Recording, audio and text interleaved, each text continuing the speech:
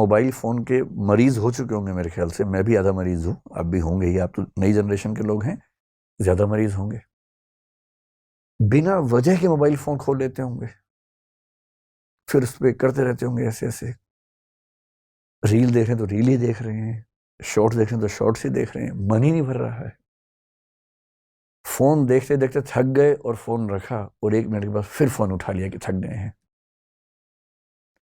क्योंकि dopamine release होता है आजकल फ़ोन देखने से। ये एडिक्शन है, खतरनाक एडिक्शन है।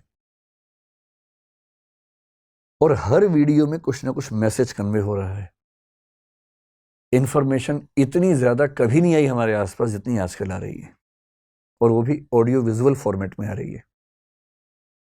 अखबारों के दौर में लिखित सूचना आती थी, केवल साक्षर लोग पढ़ते थे, बाकी पढ़ते ही नहीं थे।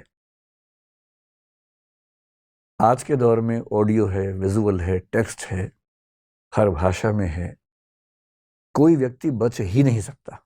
और अगर किसी समूह के पास ताकत हो, उसके पास 10,000 ऐसे बेरोजगार हों जिनको काम दिया जाए कि दिन में 500-500 मैसेज भेजने, हर मैसेज के बदले 2 रुपए मिलेंगे,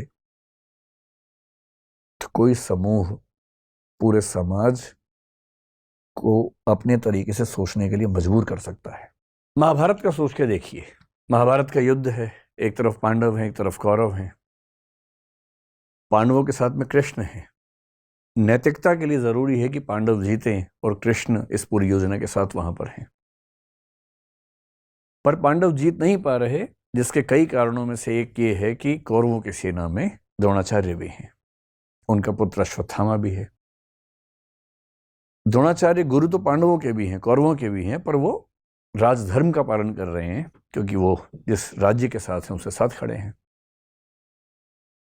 पांडवों की सेना उनको हरा नहीं पा रही है, और अंत में कृष्ण को समझ में आता है कि पांडवों को जितवाने के लिए कुछ कूटनीति का सहारा लेना होगा। कृष्ण कूटनीति के शिखर हैं। वो युधिष्ठिर से एक बात कहते हैं, पर युधिष्ठिर तैयार नहीं है एक गलत बात कहने के लिए। और अंत में कृष्ण अपनी पूरी कूटनीतिक ताकत का इस्तेमाल करके सिचुएशंस बनाते हैं। एक हाथी अश्वत्थामा नाम का, उसकी हत्या होती है। बात फैलाई जाती है कि अश्वत्थामा मारा गया। अश्वत्थामा द्रोणाचार्य के पुत्र का नाम भी है, और द्रोणाचार्य अचानक हताश होने लगते हैं। उन्हें फिर भी लगता है कि एक बार मैं खबर को ऑथेंटिकेट कर लूं, प्रामाणिक है या नहीं चेक तो कर लूं।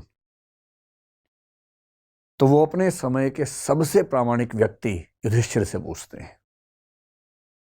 युधिष्ठिर धर्मराज हैं, झूठ नहीं बोलते हैं। पूरी पांडवों की सेना ने, टीम ने जब उनसे कहा, वो तब भी तैयार नहीं हुआ कि मैं झूठ नहीं बोलूंगा। लेकिन अब झूठ नहीं है, अश्वत्थामा की हत्या हुई है, हाथी की हुई है, तो क्या हुआ, हुई तो है ही। और तब भी वो चाह रहे हैं कि मैं पूरी बात बोलूं। द्रोणाचार्य ने पूछा, क्या अश्वत्थामा मारा गया? युधिष्ठिर कह रहे हैं, अश्वत्थामा हतो नरो वा कुंजरो वा। अश्वत्थामा मारा गया, आदमी था या हाथी था। लेकिन जैसे ही नरो वा कुंजरो वा कह रहे हैं, ठीक उसी क्षण में बहुत तेज शंख बजता है कृष्ण का, और उस शंख की आवाज में द्रोणाचार्य सुन नहीं पाते पूरी बात। और क्योंकि वो सुनते हैं सिर्फ इतना कि अश्वत्थामा मारा गया, वो हताश हो जाते हैं, हथियार छोड़ देते हैं, युद्ध भूमि में जमीन पर टिक के बैठ जाते हैं। और इसी क्षण का फायदा उठा के धृष्टद्युम्न उनकी हत्या कर देता है। मैं सोचता हूं कई बार कि द्रोणाचार्य इतने योग्य व्यक्ति थे, यदि मिस इन्फॉर्मेशन से या मैनिपुलेटिव इंफॉर्मेशन से उनको भी एक गलत तथ्य के प्रति आश्वस्त किया जा सकता था, तो आज के दौर में जब हर तरफ सोशल मीडिया के हमले हैं, कैसे कोई व्यक्ति सही फैसले करे? अगर द्रोणाचार्य उस आवाज को सुन पाते, नरो वा कुंजरो वा, तो शायद उनका फैसला बदल गया होता, शायद युद्ध की कहानियां अलग होती।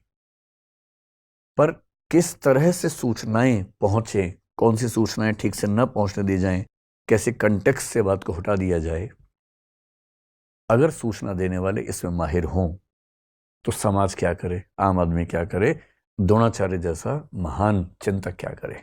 और इसलिए कुछ बातें जो मुझे लगता है कि होनी चाहिए इस मसले पर।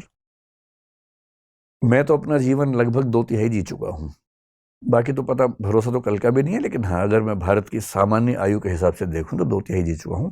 आप 1/3 वाले हैं, तो आपके जीवन में बड़े फैसले बाकी हैं। अधिकांश की शादी भी शादी नहीं हुई आप लोगों के ना, चेहरे बता रहे हैं आपके, चमक रहे हैं ना अभी।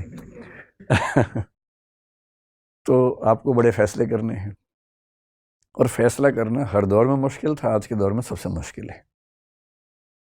तो कुछ सावधानियां कि जब आप फैसला करें जिंदगी में तो किन सावधानियों को बरतें ताकि गलतियां कम से कम हो। गलतियां उसके बाद भी होंगी, कौन है जो गलती नहीं करता है फैसले में, सब करते हैं, आप भी करेंगे, पर गलतियां कम हो, सही फैसले ज्यादा हों।